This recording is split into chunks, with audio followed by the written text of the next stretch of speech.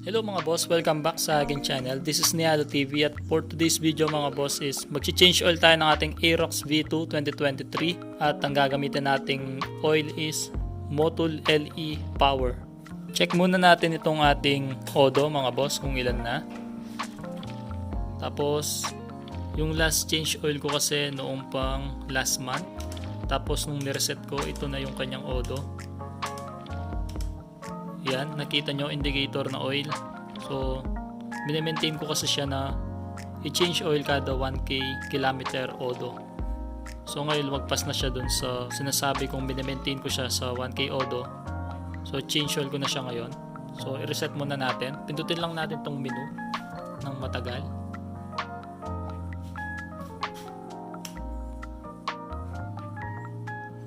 Yun, kapag nag-blink na siya ng ganyan, pindutin lang natin to ng matagal itong kanyang menu para ma-reset ito mga boss.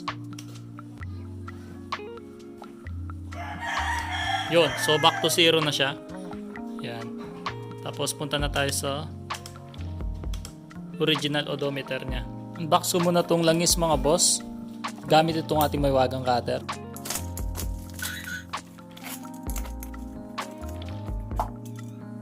So ito na yung langis mga boss, Scooter Power LE 40 5W40.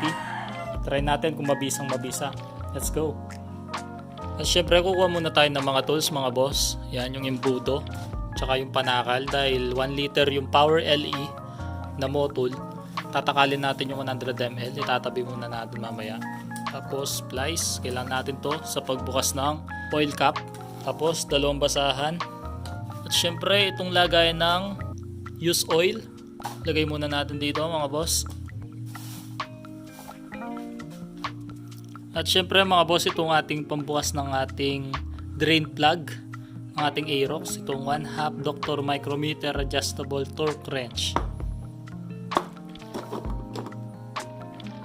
Yung size na gagamitin natin dito mga boss is size 17.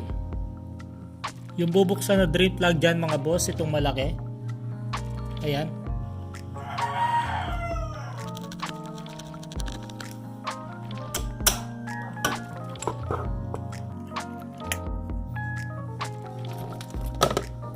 Yung last kong ginamit dyan mga boss is RS8 synthetic.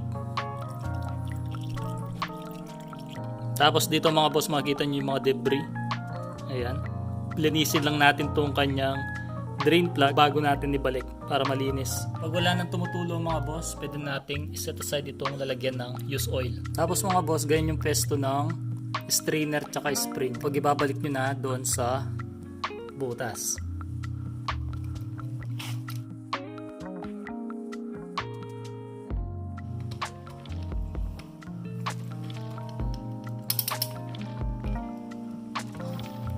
Tapos kung gusto niyo bumili nito mga boss, iwan ko na lang yung Shopee link sa description at comment section. Hurig naman itong nabili natin mga boss.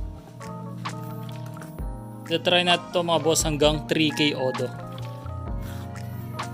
So syempre bago natin ito buksan mga boss, buksan muna natin yung oil cap.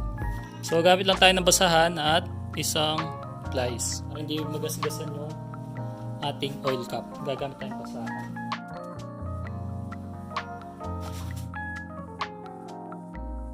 Tapos kunin muna natin yung embudo. Tapos mga boss, bawasan natin ng 100 ml yung Motul LE Power dahil 900 ml lang yung kailangan ng ating engine, ng ating Aerox. Yan mga boss, 900 ml.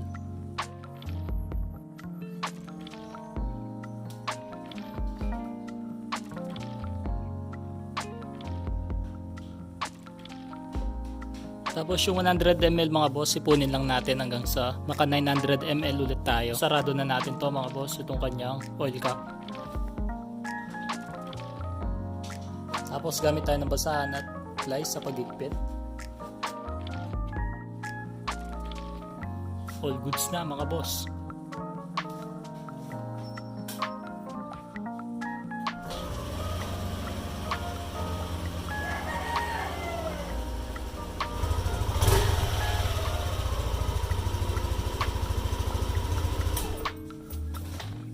Sa mga nagtatanong mga boss, yung ating Y-Connect is naka-connect pa. So sa video na to, alisin na natin yung ating Y-Connect module dahil di naman natin ginagamit at marami tayong nababasa na maraming nalulubat dahil sa Y-Connect na to.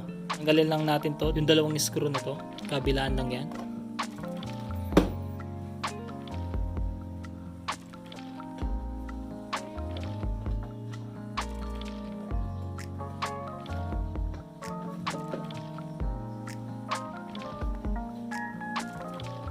So ito yung Y-Connect module mga boss.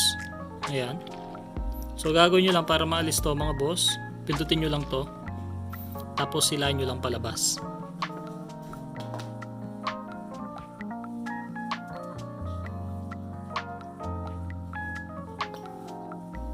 So okay lang daw mga boss na kahit nakatiyang-yang to. So ipasok nyo na lang dito sa loob. Tapos ito mga boss, balik na natin yung takip. Ganun lang kasimple na tanggalin yung Y-Connect module.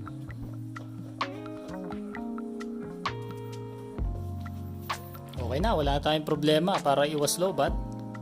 Lalo na kung hindi natin gagamitan yung ating Aerox. So sana may natutunan kayo dito sa ating video mga boss. Please subscribe, like, and share this video at mag-comment na rin kung may katanungan. Tapos magkakaroon na lang tayo ng isang post about sa feedback kung maganda nga ba yung Motul LE Power. Tapos magkakaroon na lang tayo ng another video kung ano yung kulay ng langis after 3,000 odometer. Yun lang mga boss. Bye!